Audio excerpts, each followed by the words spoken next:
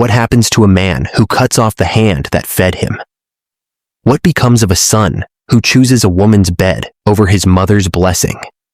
Tonight, I will tell you a story that will shatter your heart, and then piece it back together with a lesson you will never forget. This is the tale of a man who had everything: money, power, a beautiful wife. Yet he traded the one thing money cannot buy: a mother's love. And when he finally understood his mistake, it was already too late. The mother who raised you is not a burden to be discarded. She is the soul that keeps you human. Cut her off, and you lose the part of yourself that knows right from wrong. Her love may forgive you from the grave, but some wounds only heal through a lifetime of regret. Once upon a time, in a small village called Uminachi, in the heart of Anambra State, there lived a widow named Adana and her only son, Emeka. In the year 1995, before the first rooster crowed, Adana would rise from her thin mat on the floor. Her husband had been dead 2 years now, a hard-working farmer taken by sudden illness, leaving behind nothing but a mud house, a faded wrapper, and a 5-year-old boy who slept peacefully in the corner. She would stand over her son in the darkness, watching his small chest rise and fall, and whisper prayers over him until her voice grew hoarse. Each morning, she walked 3 miles to the stream for water, then another mile to work as a laborer on a wealthy man's farm. Her payment came in yams and a few crumpled Naira notes. Her feet were cracked from the red earth. Her wrapper was worn so thin you could see her knees through the fabric.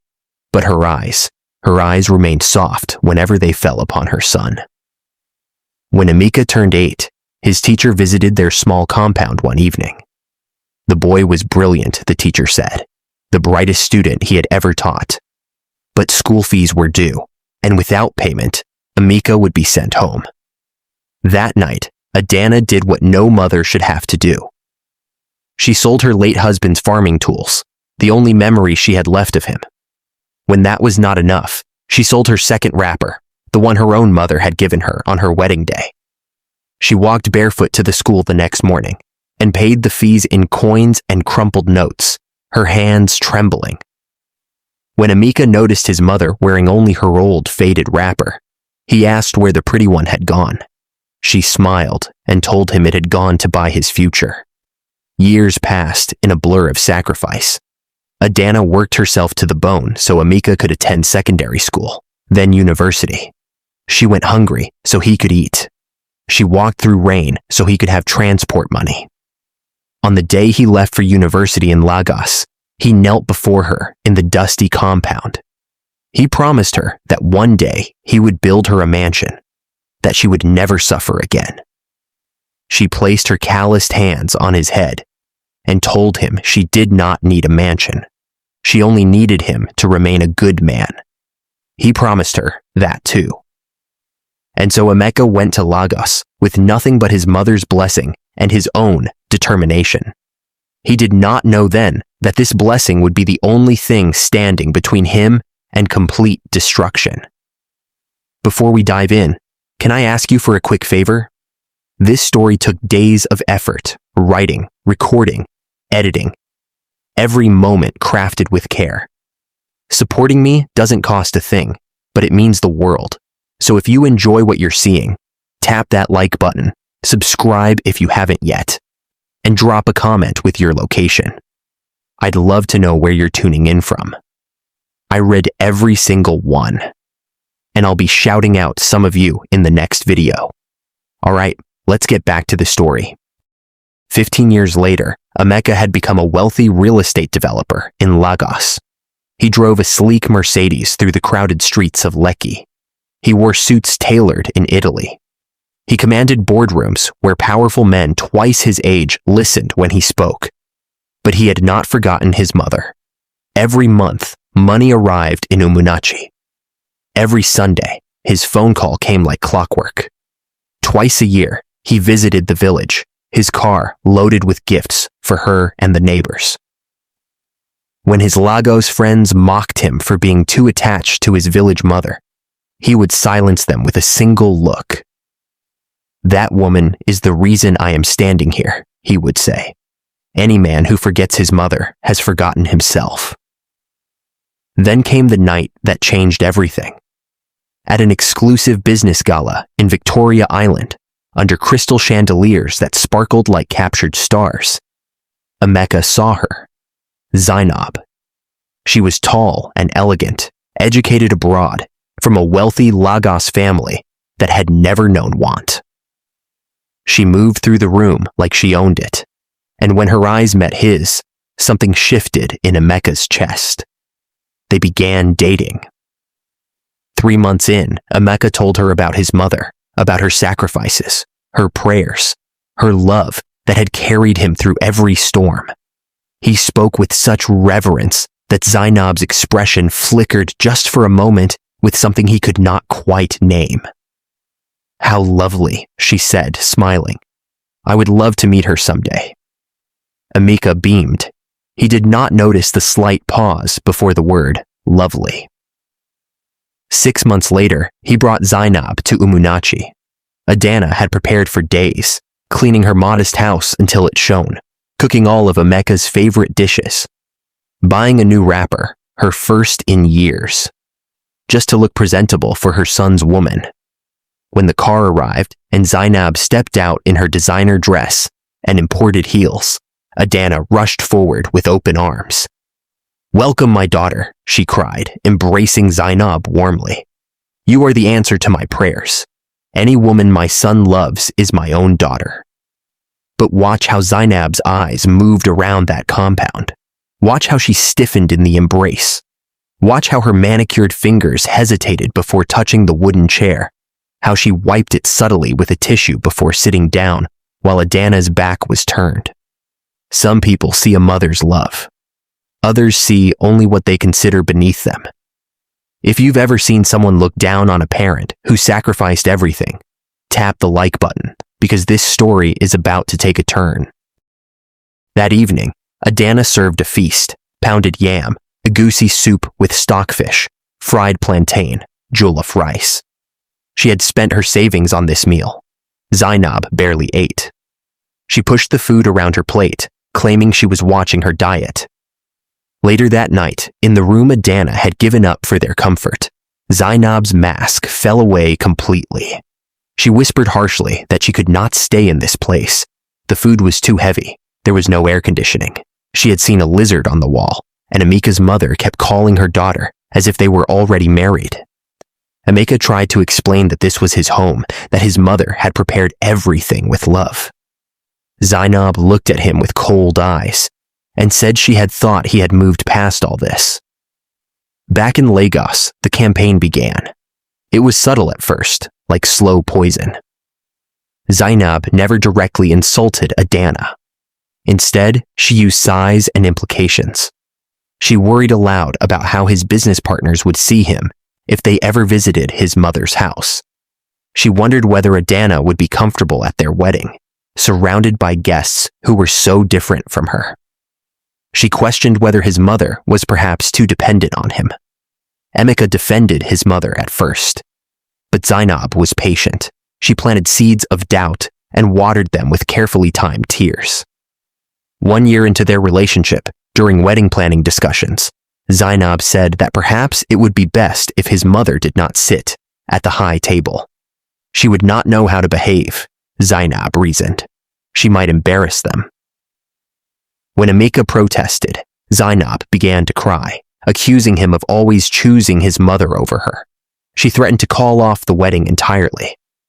Then came the ultimatum that would destroy everything.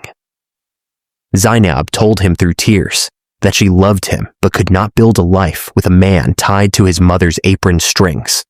She needed to know she was his priority. She needed space from his mother. If he could not give her that, they were finished. What would you do in this moment? Would you choose the woman who made you, or the woman you desired? Think carefully before you answer, because Emeka made a choice that would haunt him for the rest of his life. If you believe a man should never be forced to choose between his mother and his wife, let me know in the comments. What would you do in Emeka's shoes? The phone call that shattered Adana's world came on a quiet evening. Amika's voice was strange, distant, trembling. He told his mother he needed to talk to her about something. She grew excited immediately, asking if it was about the wedding, telling him she had been praying every day. Then Amika said the words that broke her. He told her they needed space. He was not saying he did not love her, but things were different now. He would still send money, but she should not call so often. And perhaps she should not visit. Silence stretched between them like an open wound. When Adana finally spoke, her voice was barely a whisper. She asked what she had done wrong, begged him to tell her so she could change. He told her she had done nothing wrong. It was just that things were different now. She was quiet for a long moment. Then she spoke with a dignity that would have broken any heart with feeling. She reminded him that she had carried him in her womb for 9 months, that she had gone hungry so he could eat, that she had sold everything she owned so he could become who he was. But she was his mother, not his chain. If he needed space, she would give it to him. But before she let him go, she gave him one final warning. "A woman who makes you cut off your root," she said softly, "will one day leave you without a foundation. I pray I am wrong. I pray she loves you the way I do." Amika married Zainab in a lavish ceremony. 500 guests, imported champagne, a dress flown in from Dubai. His mother was not invited. He told himself it was better that way, that she would have been uncomfortable. He sent her money and a photograph from the wedding. In her small house in Umunachi, Adana sat alone, holding that photograph. A single tear falling onto her son's smiling face. She did not eat that day. Without his mother's presence and prayers, something in Emeka began to die. At first, the changes were subtle. He became more aggressive in business, cutting corners he never would have before, cheating partners out of deals, lying to clients. Then the darkness spread. He mistreated his workers. He evaded taxes. He became the kind of man he had once despised. Meanwhile, Zainab revealed her true nature, demanding, never satisfied, spending his money recklessly on designer bags and expensive vacations, treating him less like a husband and more like a provider. If you believe a mother's prayers are a shield no money can buy, tap that like button and share this video with someone who needs to hear this story. Back in the village, Adana was fading. She had stopped eating properly. She barely left the house. The neighbors whispered that she had aged 10 years in 2.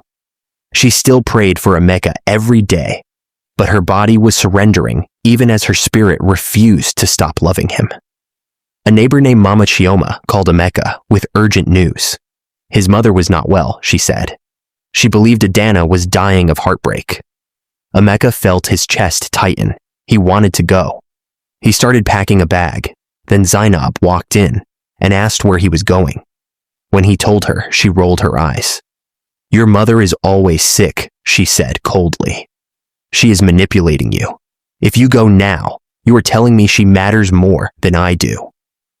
Amika hesitated. Then he put down the bag. He called Mama Chioma and told her to take his mother to the hospital. He transferred money, but he did not go. 2 weeks later, his phone rang in the dead of night. Mama Chioma was crying. His mother was gone. Her last words had been his name. She kept calling Emeka, Emeka, until she could not speak anymore. She died holding his wedding photograph. Emeka's scream that night was not human. It was the sound of a soul being torn apart. When Zainab walked in, annoyed by the noise, and asked what was happening, he told her in a hollow voice that his mother was dead. She paused for a moment, then shrugged. "That is sad," she said. "But these things happen. At least she was old." Something broke in Emeka that night that would never be repaired. He rushed to the village, arriving too late to see her alive, but in time for the burial. At the graveside, he collapsed into the red earth, weeping like a child, his expensive suit ruined, his dignity gone. He begged his mother's forgiveness over and over until his voice gave out. Zainab did not attend the funeral. She said funerals were depressing. She had a spa appointment. If this story is touching your heart, do not keep it to yourself. Share it with someone who needs to remember what a mother's love is worth. Drop a comment and tell me, what would you say to Emeka right now? Emeka returned to Lagos a broken man, but his suffering had only begun. Within weeks, his shady business deals caught up with him. Partners sued him. Contracts were canceled. His accounts were frozen. Then came the final blow. He came home early one afternoon and heard voices from the bedroom. He pushed open the door and found his wife in bed with another man. Chief Okafor, a politician, older but richer than Emeka. Zainab did not even look ashamed. She told him coldly that he was finished, that his business was collapsing, that Chief had offered her a better life. She packed her bags and left without looking back. In the months that followed, Emeka lost everything. His house was seized, his cars were sold, his friends vanished. He found himself sleeping in a cramped room in a poor area of Lagos, the same man who had once commanded boardrooms. Alone in the darkness, he held his mother's photograph and spoke to it through tears, begging her forgiveness, confessing that she had warned him, that he had cut her off and cut away his own soul. He returned to Umunachi with nothing but the clothes on his back. He went to his mother's grave, overgrown and neglected, and began clearing the weeds with his bare hands until they were raw and bleeding. That night, he slept beside her grave under the stars, like a beggar. But for the first time in years, he felt something like peace. The next morning, he woke to gasps. Villagers had gathered around the grave. Beautiful flowers had bloomed there overnight, white and gold, fragrant beyond description, unlike anything anyone had ever seen. The elders declared it a miracle. These are not ordinary flowers, they said. This is Adana's love. Her prayers are still covering her son. These flowers are her forgiveness. Emeka fell to his knees, weeping. Even from the grave, his mother was still protecting him. He never left the village again. He started small, teaching children, helping farmers. Years passed. He built a school in his mother's name, Adana Memorial School. He never became wealthy again, but he found what he had lost, his humanity. The flowers on his mother's grave never died. People came from distant villages just to see them. Every morning, Emeka visited that grave. One day, a young boy from the school asked why he came there every day. Emeka smiled and said it was because his mother gave him everything. And for a time, he forgot. Now he came to remember and to thank her. The boy asked what she had taught him. Emeka looked at the flowers and said she taught him that a mother's love is the most powerful thing in the world. It survives betrayal. It survives death. It forgives the unforgivable. But she also taught him that some lessons only come through pain. He lost everything because he cut off the hand that raised him. His only peace now was knowing her love had forgiven him, even when he could not forgive himself. Let me ask you this. Is there someone in your life who sacrificed everything for you? A mother, a father, a grandmother who gave up their comfort so you could have a future? If this story touched your heart, do something for me. Call that person, visit them, tell them you love them before it is too late. Where are you watching from tonight? Leave your thoughts in the comments. I read every single one. And if this story moved you, tap the like button and subscribe to this channel. We tell stories that matter, stories that make you think, stories that stay with you. Until next time, stay blessed, stay kind, and never forget where you come from.